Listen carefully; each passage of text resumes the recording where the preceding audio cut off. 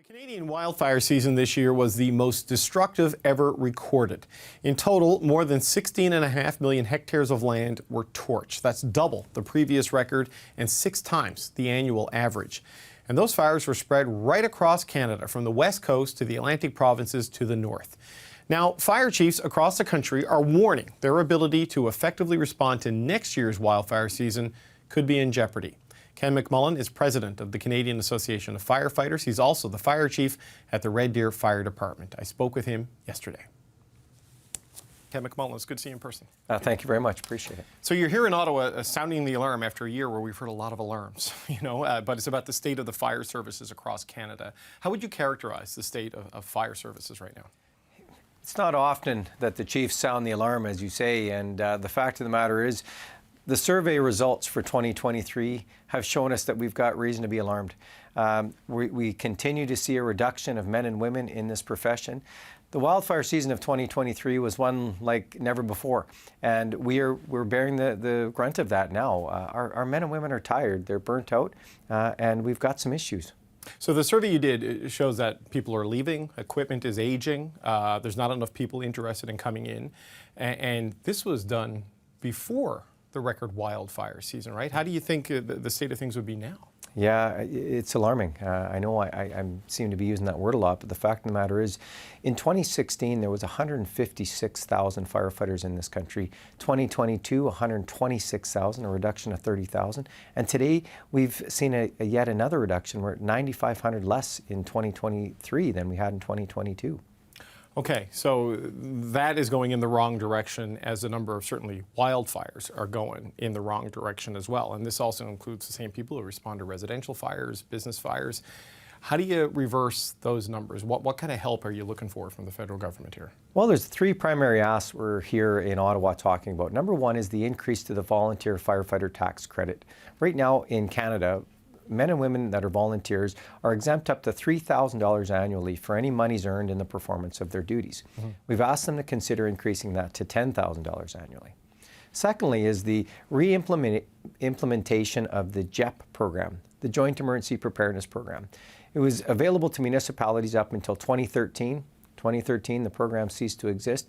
We recognized the need very shortly thereafter. As soon as 2014 happened, we saw there was a gap in that funding. Lastly, and actually we think it ties it all together, we're asking the government to consider forming a national fire administration. We're void at the space in the federal government. We don't have a seat at the table as the Canadian Fire Service. Our colleagues, if I look at our police colleagues, they have a natural fit in justice. Right. Our paramedic colleagues have a natural fit in health. Fire, we touch 12 different ministries, and we don't actually have a home.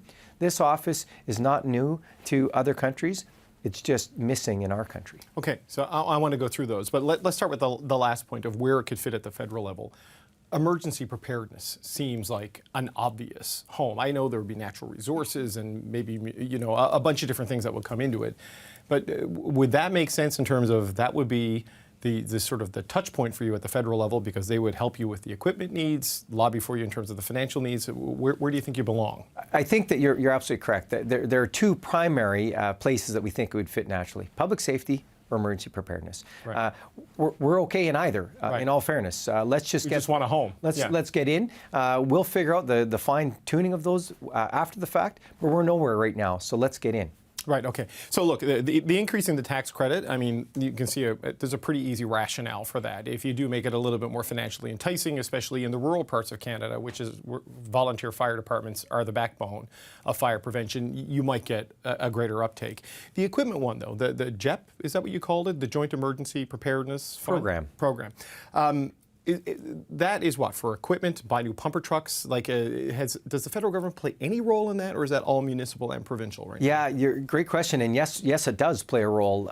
It was a joint fund between provinces, territories, and the federal government, and so there was a cost share model in that up until 2013.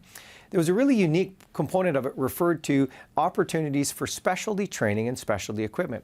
Let's just consider that in the world of wildfires. Wildfire is not what we would typically call the bread and butter of municipal firefighting. It's new, it's different. The training is different, the equipment is different. What we use in municipal firefighting is not the same equipment that's designed to go off-road into our treed communities. there's a gap there.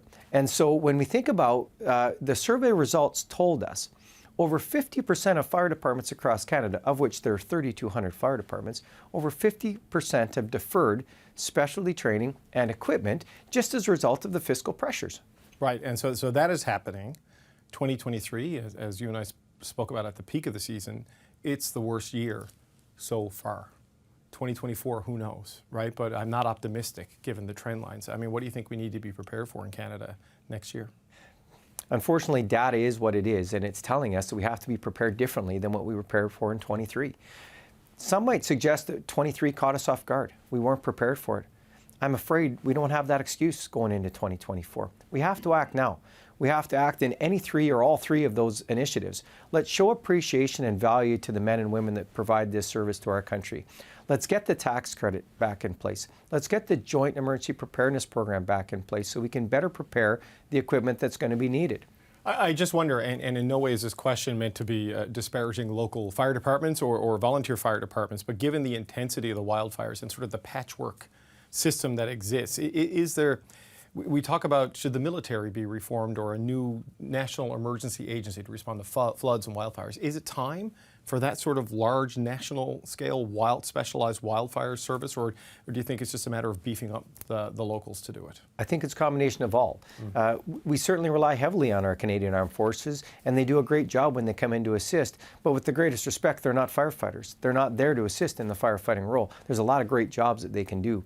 If I was to circle back to our ask, and we had this question when we're talking about a National Fire Administration, allow us to play a bigger role in that. Allow the Canadian Fire Service to play a part in that. In fact, just on that note, 70% of all fire chiefs are also the Director of Emergency Management in their cities and communities. So we're playing dual role already. Right, so we don't know what 2024 is going to look like. We do know what your requests look like. This week you've had meetings with MPs and various things. You also met with the Prime Minister briefly. Any appetite, any sense from the government that you're being heard?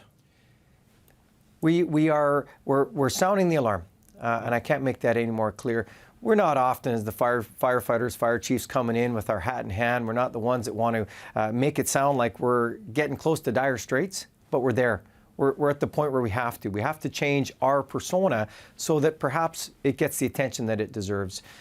We had a lot of meetings, and we're not silly enough to think that we're going to get everything every time we ask, but we've got to get somewhere. We have to make sure we cross some of these off of our to-do list in order to be prepared, not only for summer of 2024, but beyond. Ken McMullen, the president of the Canadian Association of Fire Chiefs, thanks for your time today. I very much appreciate your interest in the story. Thanks for all you do.